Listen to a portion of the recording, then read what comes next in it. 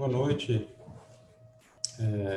aos que nos assistem pelo Facebook do Hospital Sírio-Libanês. Meu nome é Rodrigo Medeiros, eu sou médico oncologista e diretor clínico da unidade hospitalar aqui em Brasília, e hoje a nossa live semanal é para a gente tratar de um assunto muito bacana e muito interessante, que são as repercussões, né, da infecção pelo SARS-CoV-2 nos pacientes com doenças neurológicas e também as manifestações e repercussões neurológicas nos pacientes infectados. Então, estão aqui conosco hoje o infectologista Dr. Alexandre Cunha, o neurocirurgião Dr. Mauro Suzuki e os neurologistas o Dr. Felipe Von Klein e a doutora Letícia Rebelo. Boa noite a todos, pessoal. Boa noite. Boa noite. Boa noite, gente. Bom, a gente vai começar a transmitir, eu vou ficar aqui de moderador e vou transmitir as perguntas que as pessoas estão encaminhando através do nosso Facebook, tá? Vamos começar com o Dr. Alexandre. Dr. Alexandre, o SARS-CoV pode afetar o sistema nervoso central dos pacientes? A pergunta era melhor para os neurologistas, assim, mas é possível, né? A gente não tem dados, a epidemia está em evolução, a gente vai depois ter muitos dados de biópsias, pós-mortem, assim, para estudar melhor os efeitos citopáticos no sistema nervoso central. Mas uma série de distúrbios, depois a Letícia e o Felipe vão discorrer sobre eles, já podem ser verificados como um aumento de fenômenos vasculares cerebrais. Esse parece que especialidade da doutora Letícia, né, que talvez a gente tenha um aumento por conta de inflamação. A gente sabe que não é só esse vírus, vários outros vírus, por exemplo, o vírus da catapora, o varicela zoster vírus, a gente já sabe há muito tempo que os pacientes de herpes zoster têm muito mais chance, várias vezes mais chance, de ter um acidente vascular encefálico depois de uma infecção por um vírus que, teoricamente, é um vírus de pele. Então, talvez por fenômenos imunológicos, a gente tem assim. Fora isso, a gente tem meningoencefalite, infecção do sistema nervoso central mesmo, por vários vírus, por influenza, por zika, por dengue, e por esse vírus não ia ser diferente. Então, a gente tem quadros de meningoencefalite, quadros de convulsão, que são causados pelo SARS-CoV-2. No entanto, é sempre bom deixar claro que o principal acometimento do SARS-CoV-2 é o acometimento respiratório. Notícias circulam por aí, né, que isso é uma doença hematológica, que isso é uma doença vascular, doença embólica, isso é doença respiratória. Primariamente, uma doença respiratória. Os fenômenos de tromboembolismo ou de encefalites são fenômenos periféricos, paralelos. O principal órgão continua sendo o pulmão, mas a gente pode ter outras manifestações que a gente deve discorrer bastante ao longo da live hoje. Alexandre, eu comecei contigo justamente para frisar isso, né, que infecções virais cursam com acometimentos diversos do sistema nervoso central. Então, vamos com os neurologistas agora para falar especificamente da Covid-19. O que vocês têm visto, o que tem sido reportado com relação ao acometimento do sistema nervoso central dos pacientes? Felipe e Letícia, fiquem à vontade. Bom, vou começar falando um pouquinho que a gente realmente está aprendendo dia a dia com a doença, né? E de dezembro para cá, o que a gente vem fazendo muito é observando os casos que são reportados nos países onde a epidemia já foi mais consolidada. Então, a gente aprendeu muito com a China, eles reportaram várias séries de casos deles lá com comprometimento neurológico. Estão aprendendo com a Itália, que também vem fazendo algumas publicações, e os demais países, né? Os Estados Unidos, o último deles. Com grande volume de publicação. O que a gente sabe é que a infecção pode comprometer o sistema nervoso, o sistema neurológico, né, de três formas. Então, o sistema nervoso central, a primeira deles, né, o sistema nervoso central, lembrando que é o cérebro, né, e a medula espinhal.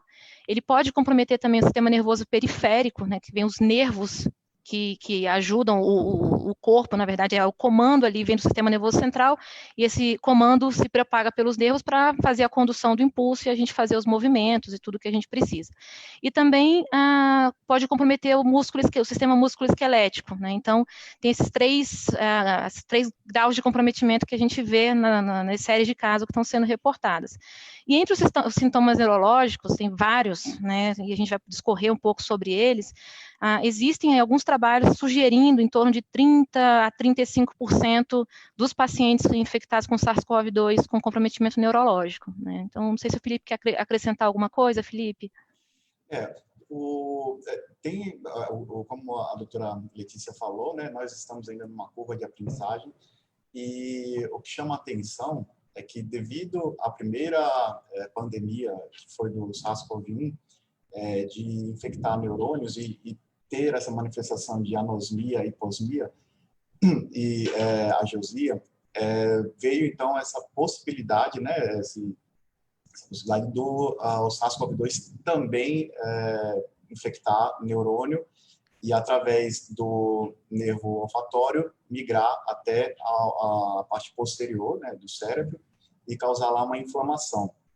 Alguns relatos e casos estão aparecendo na literatura de encefalite, como a doutora Letícia falou, mielite e polirradiculoneurite, e por isso a comunidade científica está mais atenta, né, para ver se realmente acontece essa infecção.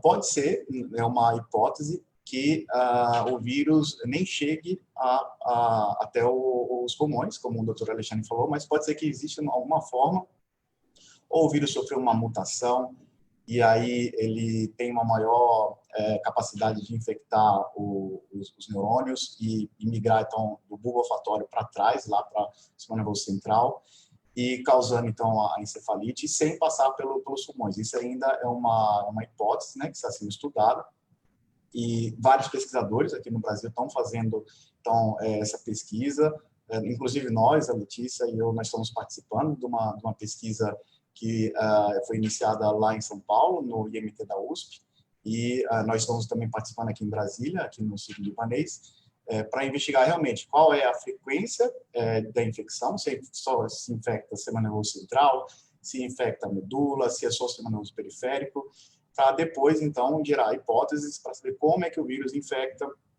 e quanto tempo ele fica lá e o que ele pode causar. Se ele pode, o vírus, diretamente destruir parênquima cerebral, ou é uma resposta secundária da ativação imunológica, e aí você tem uma inflamação que vai lutar contra o vírus, e essa inflamação é que vai causar danos e não o vírus em si.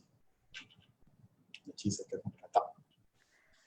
Eu só queria a tradução dos termos para as pessoas lembrarem, né, da anosmia. Então, a gente tem muita sintomatologia, né, só lembrando que, porque a gente já está muito acostumado com os vícios médicos, a anosmia, então a gente está observando como manifestação as pessoas ficarem com o olfato prejudicado, né, e a gente tem até tentado fazer alguns screenings populacionais. Tem um colega nosso que é muito envolvido com pesquisa em uma outra área da neurologia, tentando fazer screening populacional em pacientes que começam com redução do olfato, né, então tem alguns casos aí que começam com a redução e depois de algum tempo que vai desenvolver os sintomas gripais, né, a alteração do gosto também, então o paciente começa a ter alteração no paladar, então são alguns sintomas que a gente está vendo que podem ser sugestivos aí, sintomas neurológicos leves, né, Felipe, mas que podem ser sugestivos sim da infecção.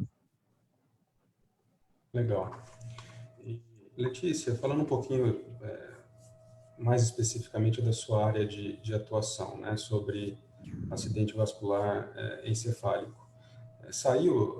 Tem saído desde a semana passada uma série de reportagens na mídia leiga descrevendo um aumento de número de casos de AVC em pacientes jovens, com menos de 50 anos, né, em alguns locais com uma incidência muito acima do que habitualmente se observa. Comente para a gente um pouquinho sobre esse fato, Letícia. O que a gente está observando, né, é uma associação entre a infecção e eventos tromboembólicos, né, então isso poderia ser eventos tromboembólicos, então aumentar o risco trombótico de formação de trombo, tanto no sistema nervoso periférico, que aumentaria o risco de uma trombose venosa periférica, um tromboembolismo pulmonar e, eventualmente, aumentando o risco de doença cerebrovascular. Rodrigo, a gente ainda está num momento muito delicado para a gente fazer uma correlação causa-efeito, né? Então, é muito delicado hoje a gente falar que o AVC está relacionado ao COVID como causa ou será que não é uma casualidade, né? Então, tudo isso ainda é muito delicado.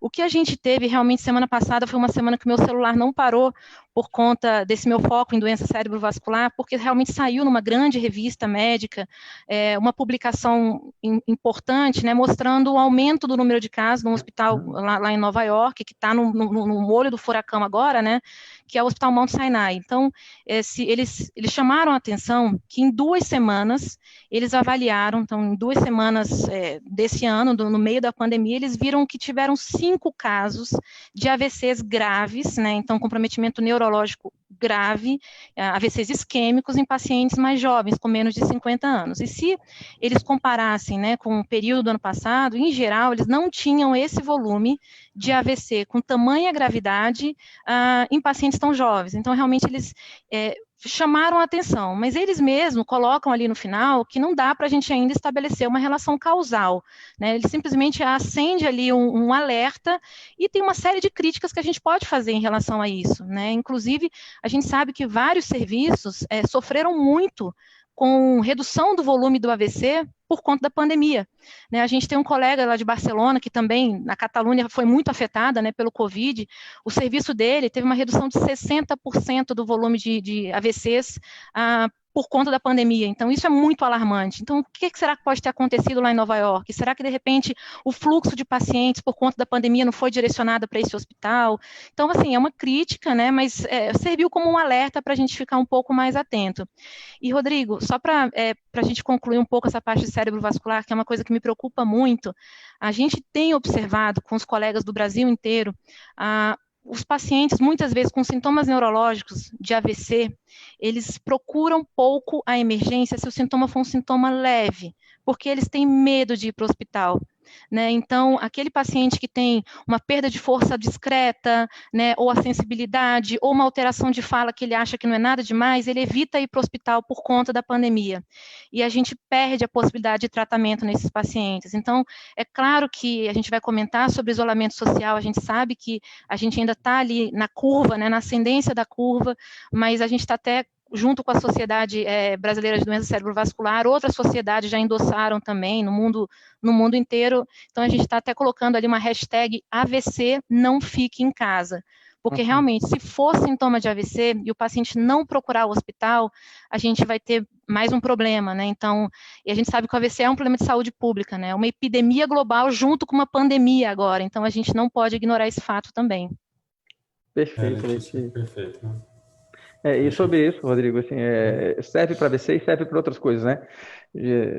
A gente vê muitos pacientes que têm vários problemas de saúde e estão com medo de ir para o hospital.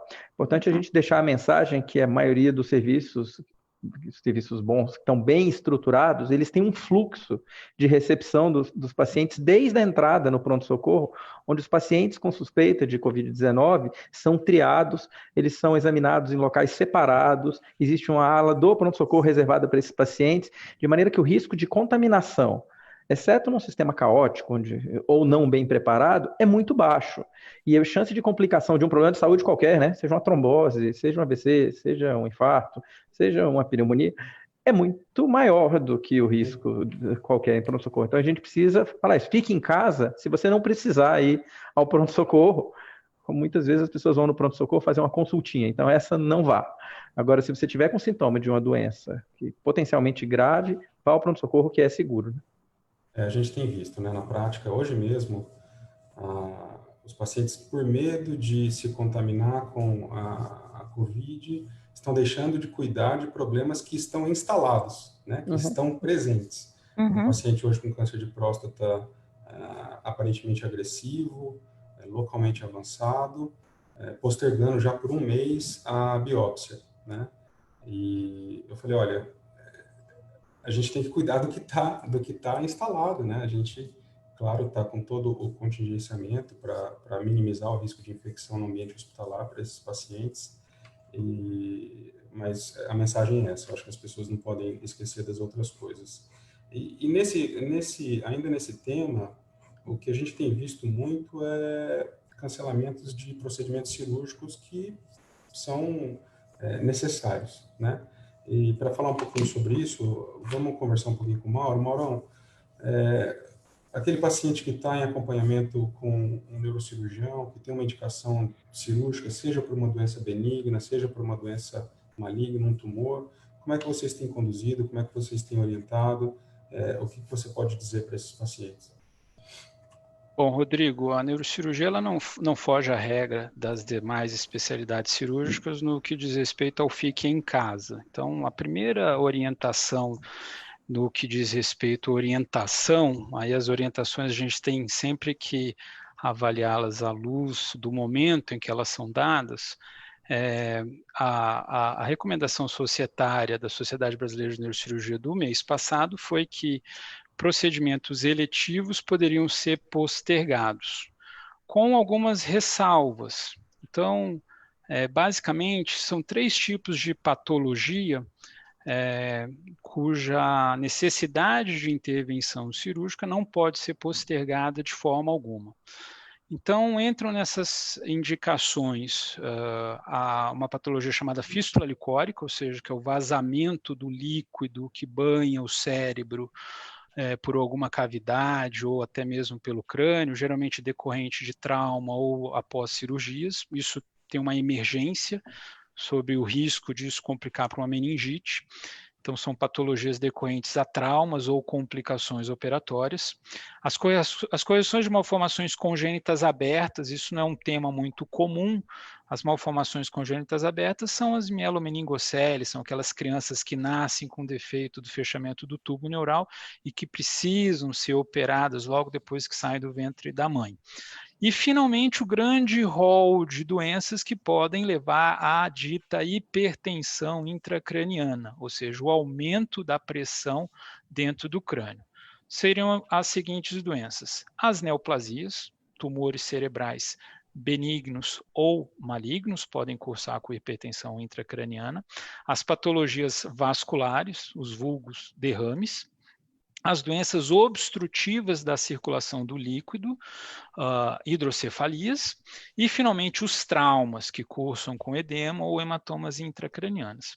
Então, é um rol de doenças cuja necessidade de cirurgia ela é muito clara, ela é muito fácil de ser recomendada, sem atropelar, evidentemente, as precauções padrões de uma época de pandemia.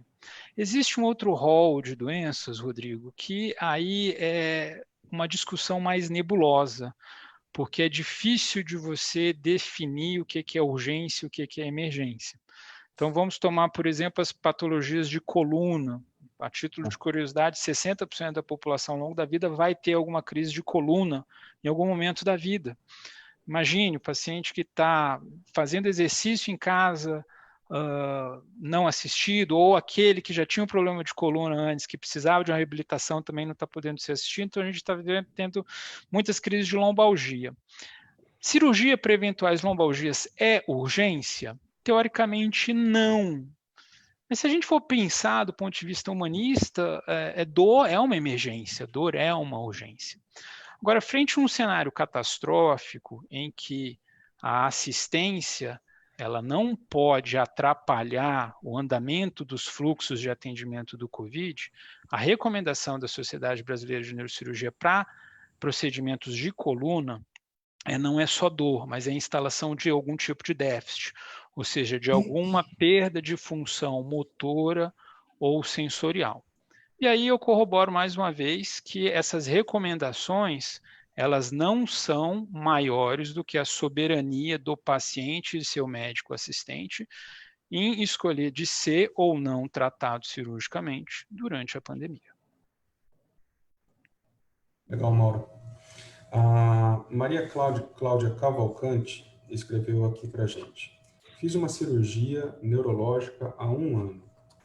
Quais os cuidados que eu devo ter a respeito do coronavírus? Bom, acho que de cirurgia se endereça a minha pergunta de novo, né, Rodrigo? Bom, Cláudia, como eu falei, a neurocirurgia ela não segue a exceção de nenhuma especialidade cirúrgica. Eu tinha um chefe na Santa Casa de Misericórdia que costumava dizer que neurocirurgia é diferente, mas é muito igual a tudo. Então, neurocirurgia não foge à regra, ou seja, são as precauções padrões de qualquer pós-operatório. Um ano de cirurgia, a gente já classifica como um pós-operatório tardio, ou seja, teoricamente, do ponto de vista de cicatrização de tecido de pele, você já está com a restituição íntegra.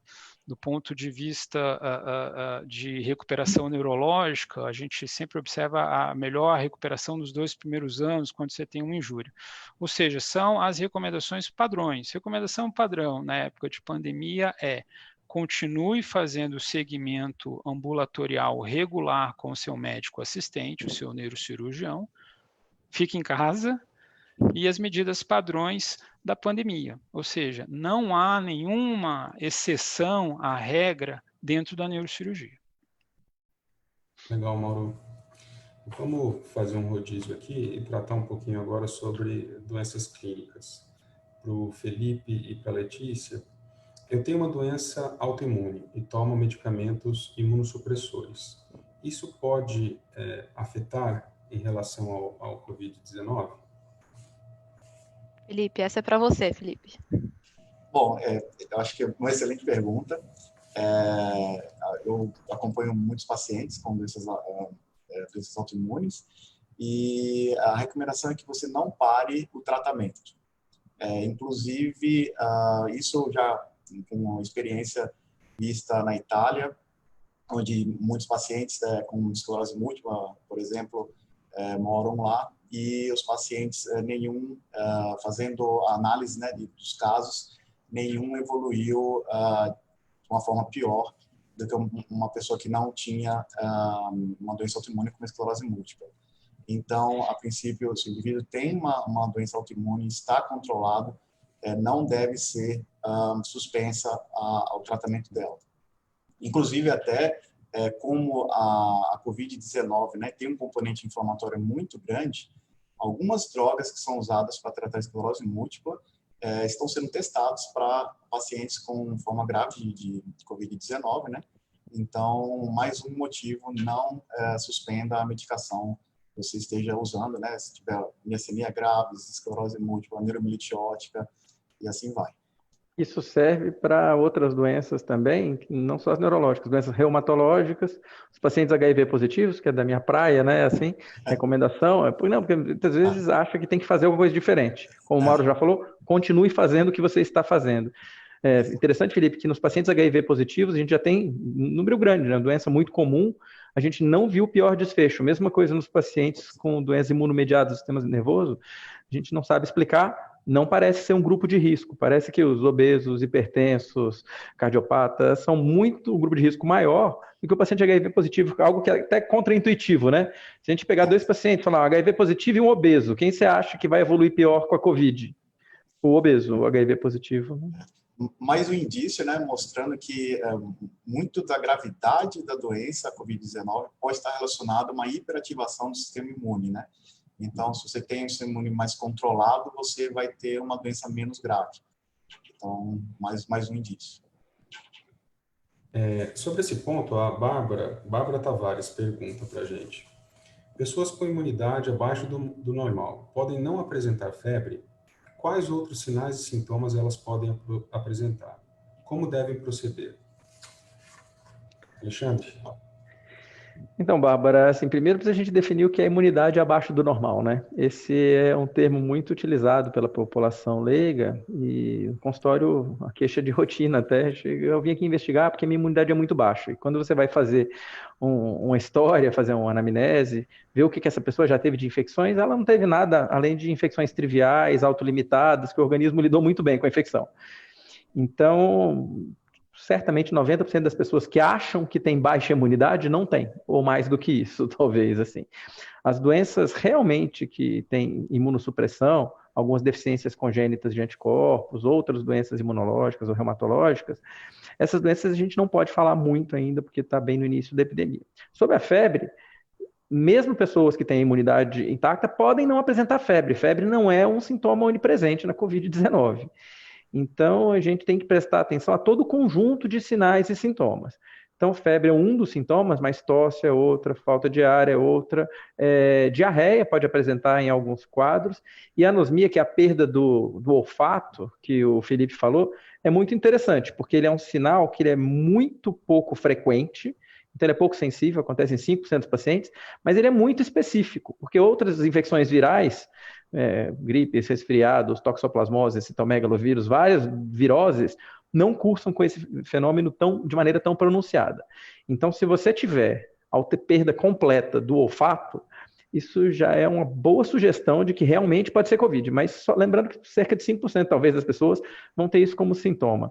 Não precisa esperar febre. Se tiver tosse, mal-estar, falta de ar, diarreia, sintomas de uma virose, no geral, dor de cabeça, dor muscular, precisa procurar atendimento médico para elucidar o diagnóstico. Legal. Eu vou aproveitar aqui, já que eu sou oncologista, chegou a pergunta da Marilúcia Albuquerque perguntando: pacientes que tiveram câncer, independente da idade, são mais suscetíveis? Olha, eu vejo assim, pacientes que tiveram câncer e que estão curados, estão em acompanhamento, a minha impressão é que essas pessoas têm um comportamento muito similar a quem nunca teve um câncer, né? É diferente de quem está com câncer, está em tratamento. E mesmo a pessoa que tem o diagnóstico, a gente vê um espectro muito amplo de condições de saúde. Há pessoas que têm câncer e estão fazendo tratamento, estão fazendo mais atividade física do que eu, por exemplo, né? E há também as pessoas fragilizadas, com caquexia, com perda de peso, com mais suscetíveis a infecções. Então, acho que o simples fato de a pessoa ter ou ter tido câncer não quer dizer muita coisa. Eu acho que é mais uma questão ali de você ver o contexto atual, né, da doença e buscar sempre a orientação do seu médico, que com certeza você vai estar mais bem informada por ele do que pelas coisas que a gente acaba procurando sem orientação pela internet. Tá? Araceli Silva pergunta aqui para o Mauro: para quem tem hidrocefalia com DVP, né, derivação ventrículo peritoneal, quais os cuidados que eu devo ter? Obrigado. Bom, vamos lá. DVP, ou seja, a instalação de uma válvula dentro do sistema ventricular, ou seja, a cavidade dentro do cérebro que tem o maior contingente do líquor, o líquido que banha o cérebro, e esse líquido acumulado no cérebro, ele por meio dessa DVP, essa válvula é drenado para a cavidade abdominal.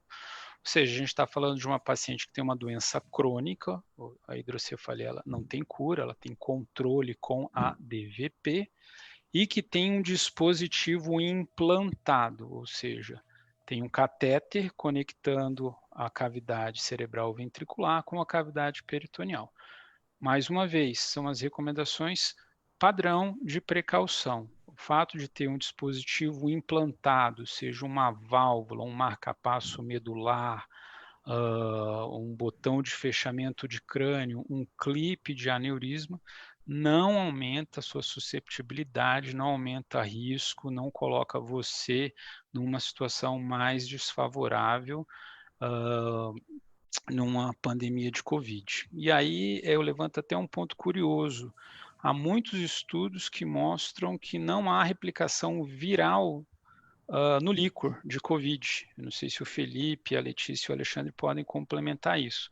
Ou seja, você tem manifestações neurológicas, provavelmente mais relacionadas à inflamação, ou seja, a reação do seu organismo ao vírus, do que a presença do vírus no líquor e, consequentemente, presença do líquor na sua DVP. A presença do vírus, perdão. Existem alguns... por favor, Letícia, desculpa. Não, pode falar, Felipe. Existem alguns relatos já descritos na literatura, mas são relatos de casos esporádicos. Colegas em São Paulo já tiveram alguns casos também de detectar o vírus, o SARS-CoV-2, no líquor. Mas ainda está sendo estudado para ver se realmente ele estava lá. Diante dessa possibilidade, né, de ter o vírus detectado lá, então reforça mais que o vírus provavelmente, se realmente causar uma doença neurológica, ele vai pela porta de entrada pelo nervo olfatório e vai progredindo lá para dentro do encéfalo. Um pequeno estudo também, então, o grande problema da pandemia é que a gente vai aprendendo e a gente vai lendo estudos que são são grupos, né, pequenos relatos de casos, então às vezes não dá para a gente generalizar. Mas um grupo forte da Alemanha, do Hospital Charité, descreveu a infecção viral, né, em um grupo de pacientes que tinham tido contato e depois se infectaram, e aí eles foram detectando, colhendo amostras, né, de material biológico da mucosa nasal, das fezes, do sangue, do líquor, e, bem interessantemente, eles detectaram o vírus, e o vírus se replica na mucosa nasal, também detectaram nas fezes, mas não detectaram nem no sangue, nem na urina. Então, falando que talvez o vírus não promova uma viremia penetrando pelo sangue e se espalhando pelos órgãos pelo sangue, inclusive no cérebro através do sangue, né? Atravessando a barreira hematocefálica. Mas, então, como eu falei, são relatos que ainda não podemos generalizar, né? São casos que estão vindo na literatura. Só sobre as fezes também, Felipe, é bom ressaltar, porque a população às vezes desespera, né? Saíram no início de março, saíram alguns trabalhos falando, o vírus se espalha pelas fezes, a transmissão que a gente chama de fecal oral. E depois um estudo foi publicado na Nature por um grupo alemão também, eles recuperaram muito material genético nas fezes, RNA viral, que é o material genético do vírus, mas eles não conseguiram cultivar os vírus, partículas virais viáveis do ponto de a gente perceber que esse vírus é passível de se multiplicar. Então, muitas vezes, isso acontece também com secreção respiratória. A gente pega um paciente de 30 dias que teve infecção e continua com o exame, que é o exame de RT-PCR, que vê o RNA viral, o material genético, positivo. Mas cultivo viral, depois do 8º dia, a gente não consegue. Para o leigo entender qual que é a diferença. Material genético pode significar só um resíduo de um vírus que já morreu, de um vírus que não está mais ativo e não tem capacidade de replicação. Provavelmente, nas fezes acontece a mesma coisa, porque se a transmissão fosse fecal oral, eu acho que a gente teria muito mais casos de transmissão do que tem agora. E a gente não tem relatado na literatura clinicamente casos, e nesse estudo alemão, que foi publicado na Nature, ele não recuperou vírus viável nas fezes, embora a quantidade de RNA viral, de vírus, seja muito maior do que nos outros meios. Então, é interessante essa discordância. Você tem muito RNA, material genético, mas vírus de verdade, vivo e pronto para infectar, a gente não acha. Isso tem gerado uma certa confusão, né? A gente até brincou outro dia de uma manchete de um jogador de um time na Europa que tinha positivado para a Covid pela 4ª vez, né? Inclusive, a Elizabeth Castro pergunta aqui, Alexandre, quem já teve Covid pode ter outra vez? E essa é uma preocupação que agora a gente vai começar a ver, né? E as pessoas que tiveram Covid, elas estão absolutamente tranquilas? Elas podem se reinfectar? Elas têm que continuar em isolamento? Enfim.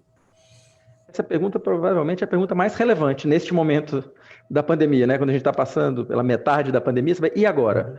Porque se a infecção pelo Covid não conferir imunidade duradoura, não vai acabar nunca até aparecer uma vacina.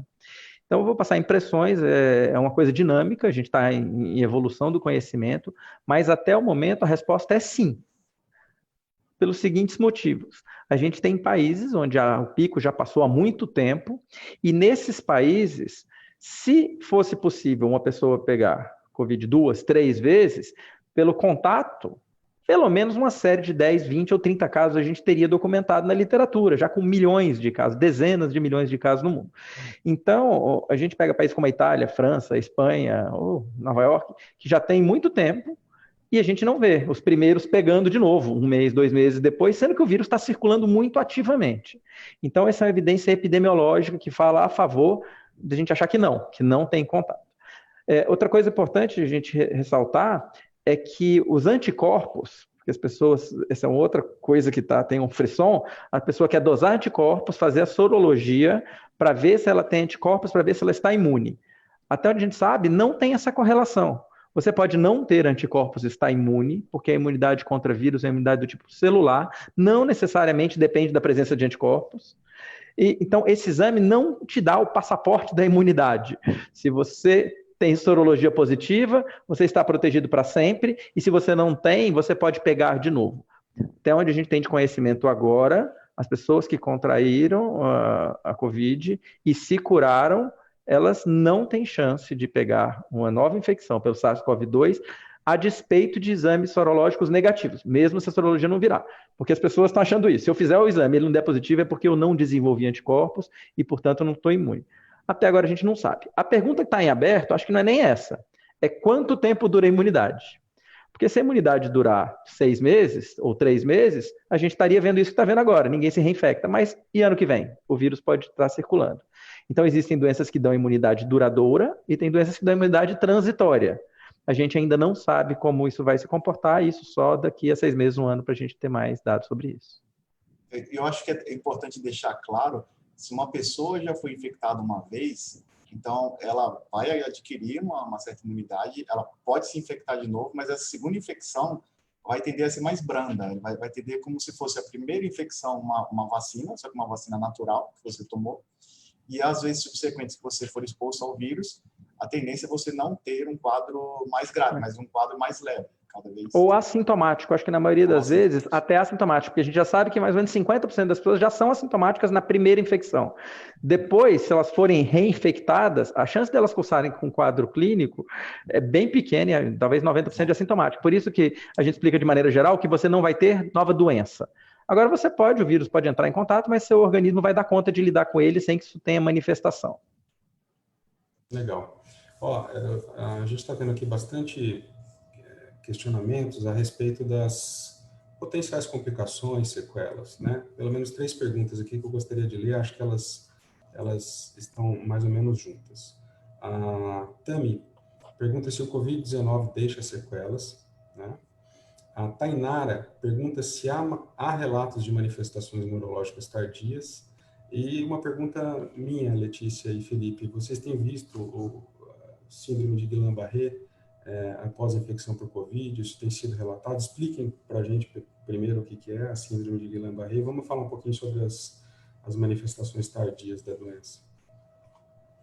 Acho que a gente começa com o Alexandre e eu e o Felipe completamos no final. Vou falar do geral pulmonar, né? Como o principal acometimento pulmonar é o que a gente tem mais dados hoje. É mais fácil para mim responder do que para a Letícia e para o Felipe. A gente tem um N de casos muito maior com doença pulmonar. Então, é possível que os pacientes que tiverem doença pulmonar muito grave, com necessidade de ventilação mecânica, intubação, eles possam evoluir com a fibrose pulmonar e com a capacidade ventilatória diminuída, o que seria uma sequela pulmonar. No entanto, cabe ressaltar que isso é a absoluta minoria dos pacientes. 90% dos pacientes de Covid não vão precisar nem de internação, nem de oxigênio. Dos 10% que vão precisar, só uns 3% vão precisar de ir para a UTI. Desses na UTI, metade vai precisar ser entubado, outra metade não. Então, quando a gente vai ver no final das contas, a gente vai ter 2% de pacientes que vão precisar ser entubados, 2% de pacientes, e desses, talvez 10% vão ficar com alguma sequela. Então, é 0, alguma coisa. Esse realmente não é uma preocupação global. Existe reabilitação fisioterápica para problemas respiratórios. Problema respiratório grave, que seja incapacitante tardio, é improvável que a gente tenha na Covid. Em relação às manifestações neurológicas, né, tardias, é muito delicado a gente falar isso. A gente está falando de uma doença que começou em dezembro, né? Então o tardio ainda não chegou muitas vezes, né? Então, assim, o que a gente sabe é que dependendo do grau de comprometimento, então quer dizer, eu tentei explicar que a gente não tem ainda uma correlação clara, né, de causa e efeito entre o COVID e doença cerebrovascular, embora a gente tenha algum alerta em relação a isso. Obviamente que aqueles pacientes que apresentarem um AVC, né, COVID positivo, que apresentarem um AVC, vão ter sequelas neurológicas de uma doença cerebrovascular. Aqueles pacientes COVID positivo que desenvolvem um quadro de uma meningoencefalite, né, que é uma infecção nas meninges, no cérebro, eles podem tardiamente desenvolver algum grau de sequela, dependendo do grau de comprometimento. Mas, veja só, é o que o Alexandre acabou de falar. Se o comprometimento pulmonar, que é o principal, o risco de sequela, de complicação é pequeno, o neurológico também vai decrescendo cada vez mais, né? Então, os relatos aí, em torno de 35% de comprometimento neurológico com Covid, né, com SARS-CoV-2, porém, a maioria desses comprometimentos neurológicos, que são englobados na série de casos, são comprometimentos neurológicos muito pequenos, como simplesmente uma anosmia, que é essa dificuldade do cheiro, a dificuldade gustatória, e a gente também vem vendo muitos pacientes com essas queixas que recuperam depois de 1, 2 semanas, né? Então, o grau de comprometimento, o grau de sequela neurológica, eu acho que vai depender do comprometimento mesmo do sistema nervoso central ou periférico. Né? Em relação ao Guillain-Barré, Felipe, se você quiser comentar. Só, antes de passar para o Guillain-Barré, então, completando a doutora Letícia, se sabe que o vírus, né, ele pode entrar no neurônio através do receptor de angiotensina, né, 2, né? Então, já foi visto que o neurônio pode expressar a porta de entrada do vírus, e aí o vírus se liga lá no receptor da angiotensina 2 e entra no neurônio.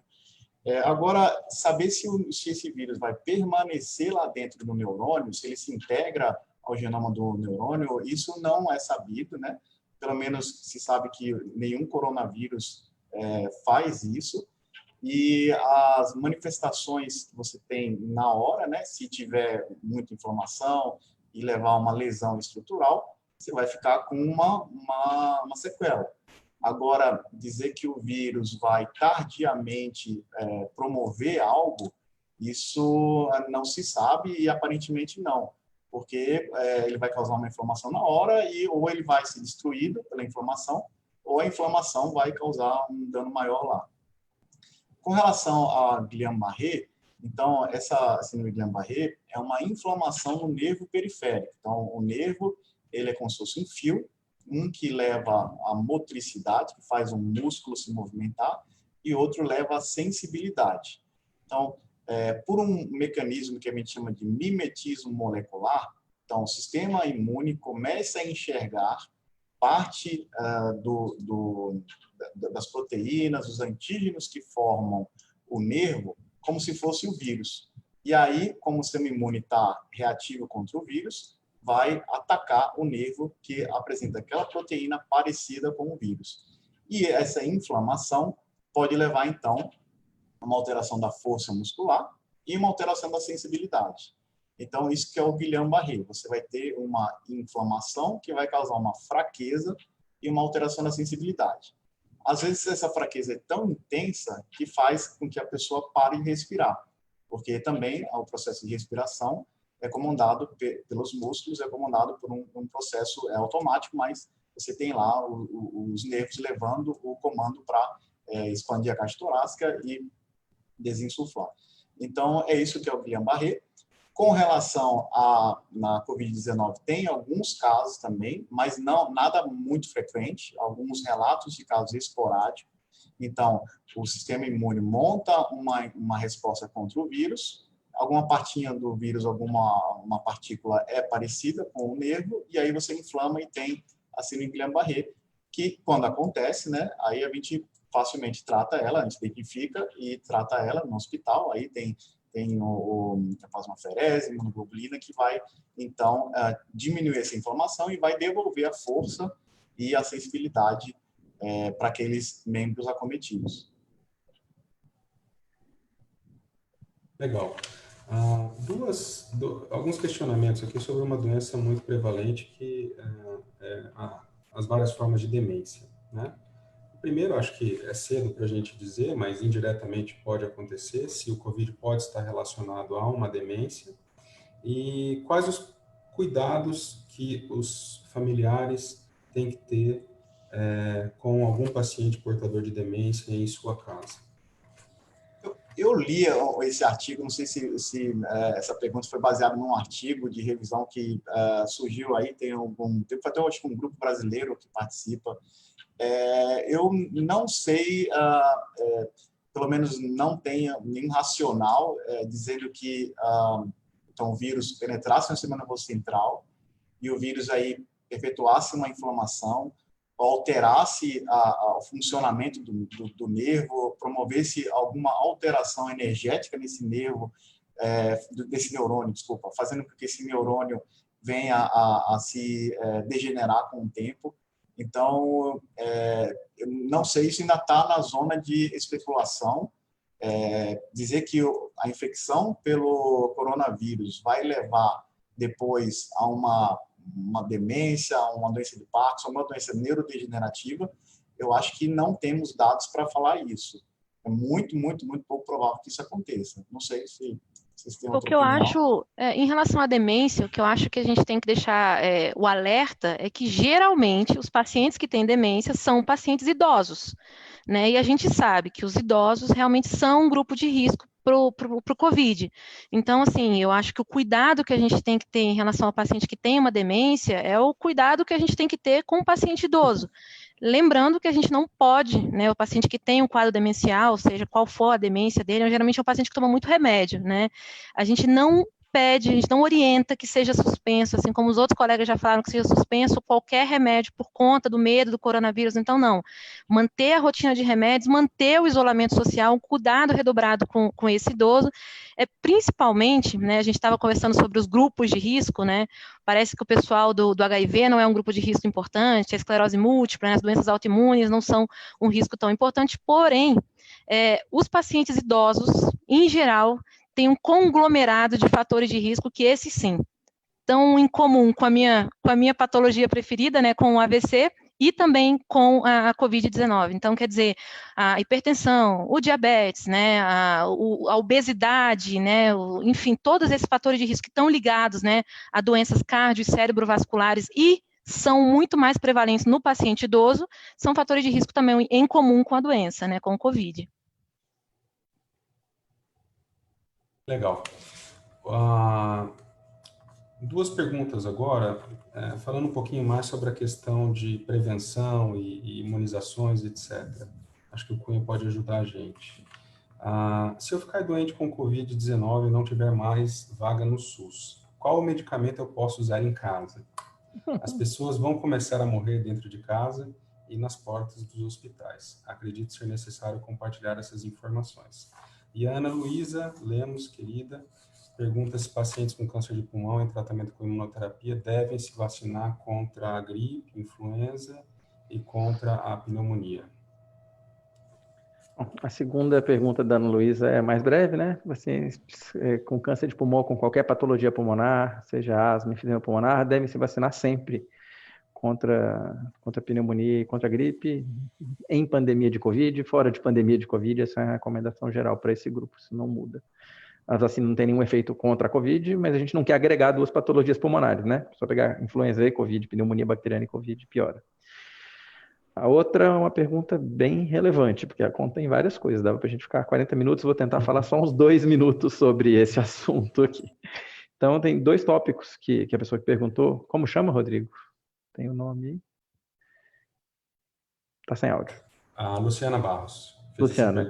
Então, Luciana, sua pergunta é muito pertinente e a gente tem que dividir ela em 2 partes. Primeiro, você fala assim, não vai haver leitos para todo mundo, principalmente no SUS. A gente sabe que 80% da população brasileira depende do Sistema Único de Saúde, público, e se isso acontecer, o que eu vou fazer? Então, todo o esforço nosso, todo o discurso de distanciamento social, de isolamento vertical, que dá problema para a economia, tudo isso, é para evitar que a gente chegue nessa situação. A gente tem muito claro isso já agora com o avançar da epidemia, que os países onde o sistema não colapsou, onde tinha leito para quem precisasse internar, a mortalidade foi 10, 20 vezes menor. Então, só morreu muita gente, excesso de gente, onde o sistema colapsou. E pior que não morre só gente de Covid. Morre de Covid e das outras patologias. O AVC, do paciente da Letícia que interna, não tem o lugar para se internar, e esse paciente tinha bom prognóstico e vai morrer. O paciente com câncer, que precisava internar, se não tiver leito, porque está tudo ocupado com Covid, vai morrer. Então, esse ponto que ele reforçar muito essa ideia, porque nesse momento está todo mundo cansado do distanciamento social, do isolamento, tem o problema econômico que é grave, a gente não esquece, muitas vezes somos acusados de só pensar na saúde, não pensar na economia. A questão não é essa, é que se os jovens forem todos para a rua e a gente deixar só os idosos em casa, o tal do isolamento vertical, e os jovens forem para a rua, os jovens são em número suficiente, ainda mais num país jovem como o Brasil, para acabarem com os leitos disponíveis no serviço público, principalmente. Talvez também no privado. E aí o idoso que está em casa não pega Covid, mas vai precisar do hospital porque tem uma hemorragia digestiva por qualquer coisa e pode morrer. Então, primeiro que toda a batalha nossa é para não chegar nessa situação. Em alguns locais já chegou. Por exemplo, Manaus está muito caótico, está muito ruim. Lá no norte do país, Recife está problemático, Fortaleza estão se segurando ali no limite. Então, a gente tem locais do país onde a situação já está bem, bem difícil. E nesses locais, a orientação é procurar um serviço médico. Não existe nenhum tratamento nos pacientes que precisem de tratamento, porque tem formas graves de Covid que vai melhorar nada administrado em casa. A cloroquina e hidroxicloroquina é a mais famosa, bem que já está sendo deixado de lado, graças a Deus, já grandes líderes mundiais já abandonaram o discurso, a comunidade científica em peso já está abandonando. A gente tem trabalhos mostrando de efeitos perigosos do uso de hidroxicloroquina. Ninguém deve fazer uso desse medicamento por conta própria em casa. E, na minha opinião, acho que ninguém deve fazer uso desse medicamento com prescrição médica também, exceto em estudos clínicos, do qual nós participamos. O Sírio-Libanês participa, outros hospitais onde eu trabalho participam. Há pacientes tomando, mas pacientes monitorados em estudo clínico. Existe já passei meus 2 minutos, mas vou falar só a última coisa, existe uma falsa sensação de segurança de medicamentos como a azitromicina e hidroxicloroquina, por exemplo, com o discurso de que não, esses medicamentos são usados por pacientes com lúpus, artrite reumatoide, e é muito tranquilo e não dá nada. Lembrar que o paciente com lúpus e artrite reumatoide não é o paciente de Covid, que faz uma inflamação no músculo cardíaco e está muito mais propenso à arritmia. Nos estudos que a gente está conduzindo agora, a gente vê uma quantidade de arritmia muito maior, dezenas de vezes maiores do que a gente está acostumado a ver nos pacientes que usam hidroxicloroquina normalmente para o tratamento das suas doenças imunológicas que sejam. Então, muito cuidado com a prescrição. Hoje a gente tem uns 10 candidatos, né? Cloroquina, hidroxicloroquina, azitromicina, ivermectina, nitazoxanida, heparina e corticoides, esses os que já tem. Fora os que estão tocilizumab, redesivir, drogas em estudo. Nenhuma dessas drogas provou o benefício e todas elas têm riscos substanciais. Dessa maneira, nenhuma sociedade médica das áreas que tratam essa doença recomenda o uso de nenhuma medicação. Quem precisar de atendimento, fazer atendimento hospitalar para oxigênio, suporte ventilatório, que é o que salva a vida. A única coisa que salva a vida hoje na Covid é suporte ventilatório adequado. E isso precisa de sistema hospitalar e isso precisa de isolamento horizontal em algumas regiões, não em todas. Legal. Algumas perguntas aqui sobre como os hospitais estão preparados. Inclusive a Tida Veloso pergunta especificamente aqui do Hospital Sírio-Libanês na L2 Sul. Caso alguém venha a ter sintomas do Covid-19, podemos nos dirigir ao Sírio-Libanês da L2 Sul? Lá será feito todo o acompanhamento? Então, eu queria que vocês comentassem como é que vocês desenharam os fluxos de atendimento para as duas populações, ou seja, para quem está com suspeita, né, de uma infecção viral, respiratória, e também, por exemplo, Letícia e Felipe, para quem está com um AVC, por exemplo, né, começou lá uma dormência, uma paralisia de algum segmento do corpo. Como é que os hospitais estão preparados e falar um pouquinho mais especificamente aqui da nossa realidade? Como é que vocês delinearam aí o atendimento dessas pessoas? Eu acho que, em primeiro ponto, falar que a gente está absolutamente preparado, né? E o que eu acho que é muito importante que a população saiba é que o paciente que chega com suspeita de Covid, ele tem um fluxo dentro do hospital. E o paciente que chega com qualquer outro sintoma clínico, né, um paciente que a gente não suspeita de Covid, numa triagem inicial, a gente, inclusive, está medindo a temperatura de todas as pessoas que entram no hospital para ver eventualmente, paciente febril que esteja assintomático, enfim. Esse paciente que tem uma suspeita mais forte, ele entra para um fluxo completamente diferente, certo? No momento que esses fluxos são ativados, o fluxo COVID e o fluxo não COVID, as áreas todas que são responsáveis por cuidado do paciente, então, o laboratório, a radiologia, né, uma eventual hemodinâmica, eventual centro cirúrgico, no caso do Mauro, todas essas áreas, elas são notificadas antes. No caso de um paciente suspeito ou um paciente confirmado, todo um fluxo é direcionado para a gente ter cuidado para evitar a transmissão para os profissionais de saúde e para os demais pacientes. Então, eu acho que a gente está absolutamente absolutamente preparado. Em relação à questão de protocolos, Rodrigo, a gente está participando, junto com a Sociedade Brasileira de Doença Cerebrovascular, junto com a Sociedade Brasileira de Neuroradiologia, de uma diretriz, uma recomendação, e eu andei conversando muito com os colegas da infectologia, o Alexandre, inclusive, vários dias eu tive incomodando ele em relação a essa recomendação que a gente está fazendo, está em vias de ser publicada, justamente tentando direcionar o fluxo do atendimento à doença cerebrovascular, né, no contexto COVID. A gente sabe que muitos pacientes que chegam com AVC, por terem dificuldade de falar, de se expressar, não ter uma informação muito fidedigna de um acompanhante para dizer se tinha sintoma gripal ou não, a gente está justamente recomendando que esses pacientes entrem como um caso suspeito. Existem alguns protocolos de colocar esse paciente no que a gente chama de uma zona cinza, zona morna, zona amarela, onde esses pacientes ficariam em observação até ter descartado, né, o COVID. Isso tudo está sendo estudado e a gente está exatamente aprendendo com os hospitais que já estão lá na frente, tá? Mas, assim, em relação ao fluxo, eu ficaria muito tranquila em relação ao atendimento aqui no hospital e esse direcionamento para cada um dos lados. Se puder complementar, Alexandre. É isso aí, você já está contratada como controladora de infecção hospitalar. O fluxo é justamente esse, é absolutamente. Não posso demitir a Valéria, quero mandar um abraço para a Valéria, que montou todo o fluxo aqui do Sírio-Libanês. Perfeito o fluxo, a gente está preparado, o paciente na admissão já é feito o exame para COVID, exame para outros vírus respiratórios, se necessário. São investigadas outras coisas, porque muitas vezes o paciente vem por COVID, mas ele tem uma pneumonia bacteriana, então se precisar faz o protocolo de sepse, de maneira que o paciente decida, primeiro, se ele tem COVID ou não, segundo, se ele precisa ficar internado ou se ele pode ser tratado ambulatorialmente. Nem todo mundo que vier com suspeita de COVID vai ficar internado, e alguns vão confirmar COVID e vão de alta, alguns confirmam COVID e fica, mas o hospital está bem preparado, tanto do ponto de vista logístico, para garantir a segurança e não ter contaminações no ambiente hospitalar, quanto do ponto de vista de protocolos, estão todos bem montados, o atendimento vai ser feito de maneira padrão para todos os pacientes. Só complementando, Rodrigo, desculpa, só complementando que eu acho que foi uma preocupação muito importante do hospital, de outros serviços, mas aqui eu vi isso com muita preocupação, a preservação do corpo clínico, né?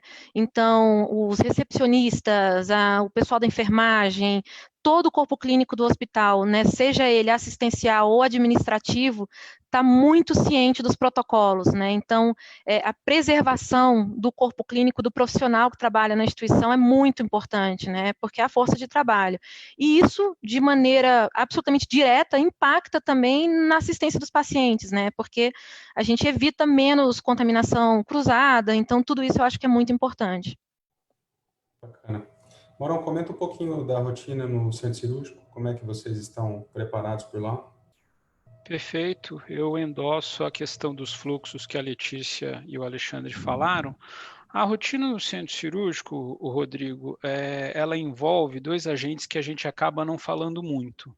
Primeiro, o colega anestesiologista e, sobretudo, a equipe de enfermagem, circulantes, técnicos de sala e os enfermeiros, as enfermeiras. Então, o fluxo ele é relativamente estereotipado, não tem muito o que inventar no que diz respeito à proteção da equipe, a equipe se protegendo automaticamente, ela está protegendo o paciente, e alguns cuidados específicos com relação à pandemia, do tipo sequência rápida de intubação, ou seja, proteção do anestesista de uma forma que ele faça a intubação sem gerar uma quantidade grande de aerosol para o paciente, ele consegue invadir a via aérea dele de uma forma igual o pênalti bem batido, rápido, rasteiro e no canto, ou seja, tem que ser indefensável, não pode errar. Isso foi muito bem treinado, houve tempo hábil para fazer esse treinamento, o colega Maurício Daia teve à frente a isso muito antes da situação tornar-se pandêmica no Brasil e, evidentemente, sempre com a colaboração da equipe de enfermagem. Troca frequente de luva, uso adequado da máscara, descarte do material de TNT, das roupas que a gente usa se proteger, cirurgias com aerosolização, você manter uma quantidade de gente reduzida na sala e assim sucessivamente. Então, eu acho, no hospital, o ambiente do centro cirúrgico o ambiente mais seguro. Talvez seja mais seguro você ir para um centro cirúrgico onde o pessoal esteja bem capacitado, ou seja, tem aquela etiqueta social de pandemia, de lavar a mão, de descartar o material, não levar a mão ao rosto, usar o EPI de forma adequada, do que, eventualmente, no supermercado. Bacana.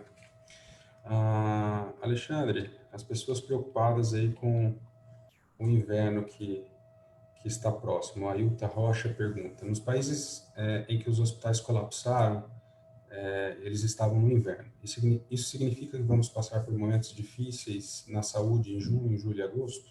O que você acha? Não necessariamente, né? A gente tem experiências muito diferentes em países com climas semelhantes. Então, a gente vê na Europa a situação na Alemanha, mais até o norte do que na Itália, que é mais ao sul, teve uma situação muito melhor. Então, isso depende muito de gerenciamento de casos. Aqui no Brasil, curiosamente, tristemente, acho que a cidade que está pior é Manaus. Eu acho que isso derruba aquela história de que o vírus não sobrevive acima de 27 graus. Eu acho que Manaus nunca fez um dia com menos de 27 graus, embora eu não conheça bem Manaus, mas assim, não é um lugar exatamente frio para a gente falar que o vírus se adapta. Então, eu acho que a questão do colapso e dos problemas dependem muito mais da gestão adequada da questão do sistema de saúde, para não deixar colapsar. Se a gente tiver uma boa estrutura que consiga absorver os casos, o Brasil, o inverno nosso não é tão rigoroso, né? E locais na Noruega, por exemplo, que é bastante frio, Finlândia, Dinamarca, conseguiram ótimos resultados num clima bastante frio. Então, acho que não é esse o temor que a gente tem que ter. A gente tem que ver município por município. Essa discussão sobre manter isolamento ou não manter, não dá para fazer uma recomendação para o Brasil. O Brasil são muitos Brasis. Enquanto tem cidades que daqui a uma semana pode voltar tudo, que o pico já passou, a gente tem municípios que nem começaram a pandemia. Então, a gente vai precisar de o gestor municipal decidir de acordo com a sua capacidade do sistema e de acordo com o momento que está na epidemia. Qualquer recomendação, seja que é feita em WhatsApp, tem muito agora, né? Que tem que falar, que tem que ter o isolamento assim, não tem que ter, que tem que acabar com isso, tem que voltar. A recomendação jogada no ar, assim, sem conhecer cada realidade, é absolutamente leviano, não pode ser feito. Você pode falar para aquela cidadezinha que você conhece, sabe quantos leitos de UTI tem, quantos casos já tiveram, em que momento epidemiológico está, se tem capacidade de testagem, e aí dá para fazer uma recomendação. Eu não me arrisco a fazer recomendação para nenhuma cidade individual, acho que isso é gestor com epidemiologista para decidir. Bacana. E a respeito das máscaras, aí fiquem livres para ver quem quer comentar e contribuir. A Roberta Gabay pergunta: por quanto tempo podemos usar a máscara N95? Eu acho que ela está perguntando aqui qual é o prazo de validade da máscara. Provavelmente é o que a Roberta quer saber. Se alguém quiser responder, eu acho ótimo, né? Porque... Alexandre, eu andei, na verdade, conversando muito com você sobre a questão das máscaras, né? Que foi uma preocupação importante, inclusive, nessa recomendação que a gente está fazendo. E é interessante que tem diferentes tipos de recomendação, né? Então, tem gente que fala que a N95 pode usar até ela se acabar. Né? Então, o que a gente usou, né, até para colocar no nosso protocolo, de maneira regular, a máscara N95 pode ser usada com tranquilidade até 14 dias, né? Embora com essa ressalva que, dependendo se ela estiver íntegra, ela poderia usar até mais. Agora, não só o tempo de usar é a polêmica da N95, né? A N95 é uma máscara direcionada para os profissionais de saúde, né, que deve ser usada principalmente nos casos onde existe um contato mais próximo do paciente, porque a gente sabe que as gotículas, né, podem transmitir o vírus. Então, e ela tem que ter um cuidado, inclusive na hora de colocar, porque não é fácil colocar a N95. E mais difícil do que colocar é tirar a N95, né? Então, assim, por isso que durante qualquer na verdade, agora, durante essa pandemia, mas durante qualquer protocolo de gerenciamento, de treinamento, a palavra realmente é treinar e retreinar e depois treinar de novo, porque a gente erra, né, na colocação e na retirada da máscara. E a outra polêmica também é o armazenamento da N95, né? Como que a gente armazena? Quer dizer, ela pode ficar dentro daquele... Tem gente que está colocando Tupperware, né? Que a gente não coloca, não fica em contato, coloca o Tupperware, tira a máscara e ela fica ali dentro. Tem gente que coloca que sugere colocar no papel, papel de envelope, né? Em vez de colocar em saco plástico, para evitar que fique úmido. Então, quer dizer, mas todas essas recomendações, elas são bastante heterogêneas pelo que a gente conseguiu ver, né, Alexandre? Não sei se você quer complementar. É isso, por isso que eu pedi para alguém responder. A gente não tem trabalhos comparando máscara com 7, 10, 14 e 21, trabalhos bem feitos. É a impressão que tem. E, na verdade, sendo absolutamente sincero, a gente não tem nem trabalhos que comprovem que a N95 é absolutamente necessária, comparando-se com máscara cirúrgica. Sabendo que a transmissão é por gotículas, principalmente, e talvez seja só por gotículas, máscara cirúrgica seria suficiente. A gente faz uma recomendação do N95 por excesso de zelo, por estar no início da pandemia, por estar conhecendo o vírus, para não se arrepender depois. É uma política de no regrets policy, né? Sem arrependimentos, a gente erra um pouco para mais. Mas talvez não precise. A disseminação do vírus por aerosol está muito mal documentada. Aquela história, já se recuperou material viral, RNA viral em aerosol, no ar, no elevador? Não sei se tem essa pergunta aí, vive tendo, né? O elevador fechado, ou dentro do centro cirúrgico, lá no Maranhão, está suspenso no ar, entrei, tinha alguém que tossiu lá 2 minutos antes, como acontece com tuberculose, por exemplo, a gente sabe que acontece. E aí se recuperou o RNA, só que esses vírus não foram cultiváveis. Mesma história das fezes que a gente falou no início. Ninguém viu material viável em aerosol ainda. Pode ser que tenha? Pode ser que tenha. Por isso estamos mandando N95 para procedimentos que gerem aerossol. Agora, talvez seja um uso desnecessário, talvez a máscara cirúrgica resolva, só lá na frente que a gente vai saber isso com certeza.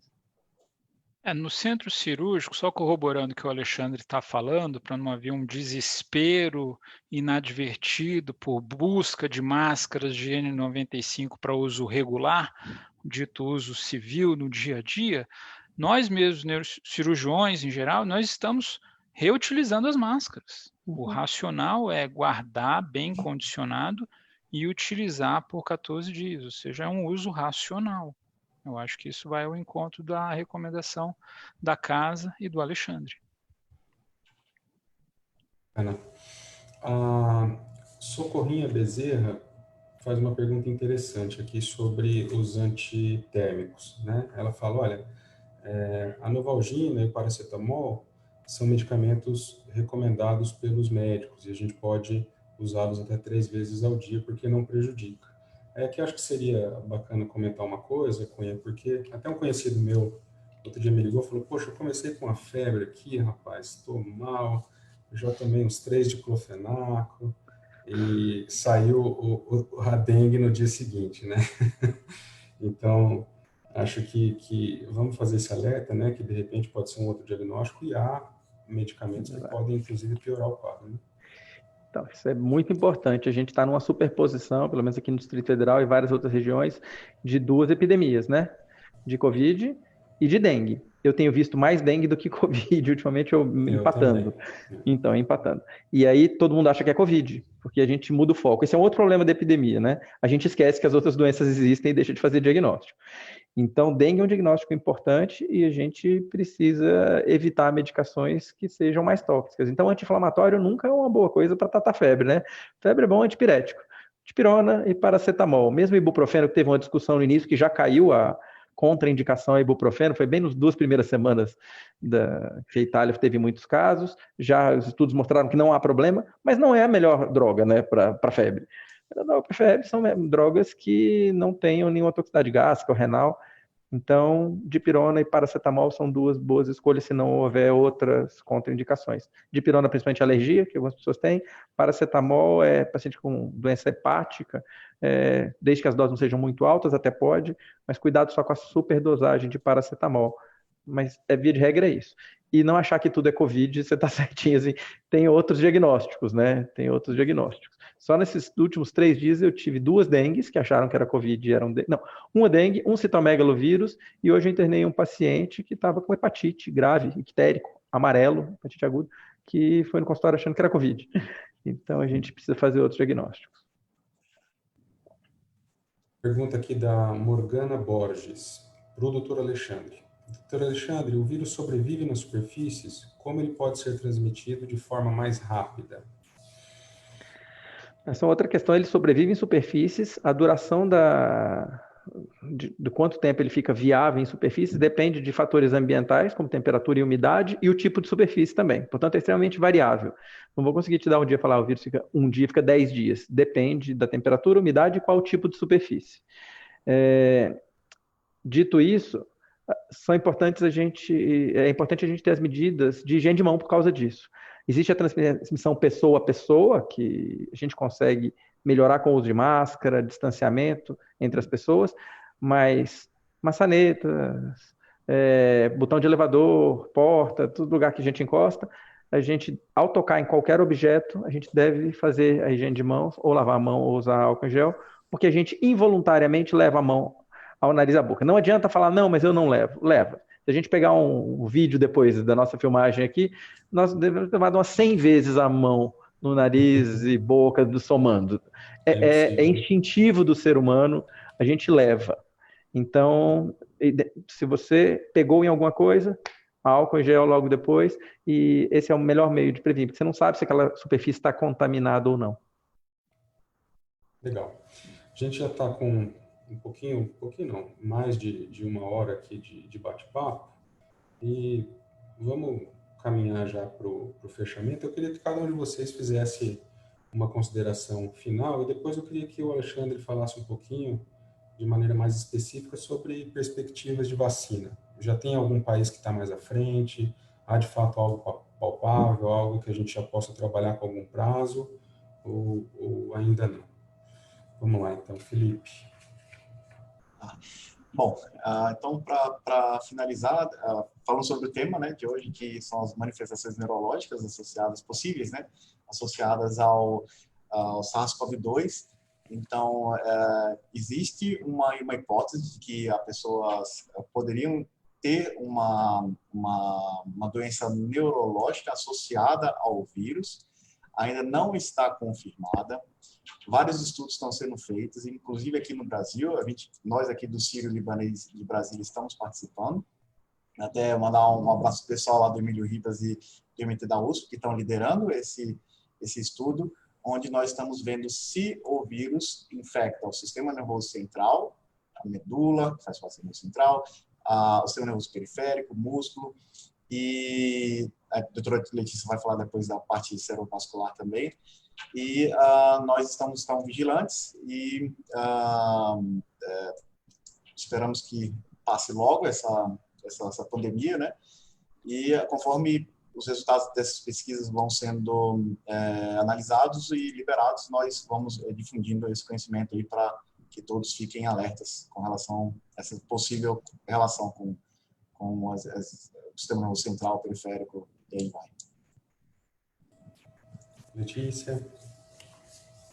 Primeiro, assim, eu acho que esse tipo de interação é fundamental, né? Eu acho que todos vocês vão concordar comigo, a gente é bombardeado de perguntas e de fake news e de informações todos os dias, né, em relação ao Covid, enfim, eu acho muito importante a gente ter esse tipo de interação.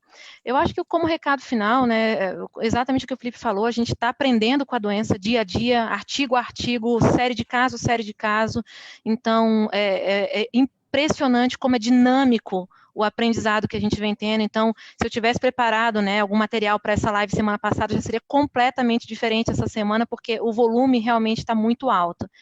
Eu acho que como recado final, que a gente já deixou aqui, não deixe de ir ao hospital caso você tenha necessidade, né, caso você esteja com algum problema de saúde que necessite de mais atenção, né, então, uma dor no peito, que pode ser um infarto, não espera o tempo, se realmente for uma dor mais importante, vá no hospital, tome os devidos cuidados, leve o seu frasquinho de álcool em gel, vá de máscara, né? Então tem que tomar todos os cuidados para ir no hospital, e a maioria dos hospitais estão muito preparados, estão desenvolvendo fluxo de atendimento para esse paciente. A mesma coisa, os pacientes com doença cerebrovascular, suspeita de AVC, né? Então a gente pede só para lembrar daqueles 3 principais sintomas de AVC: boca torta, pedir para a pessoa sorrir, observar que um lado do rosto está paralisado, perda de força em um segmento do corpo, né?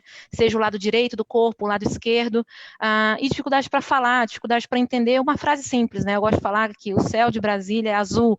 Então, qualquer dificuldade para falar ou qualquer um desses outros sintomas, não perca tempo, vai para o hospital, né? Então, na nossa máxima na neurologia vascular, o tempo é cérebro, na cardiologia, tempo é músculo, né? Então, tempo é fundamental caso realmente seja uma doença. No caso de uma sepse, tempo também, né?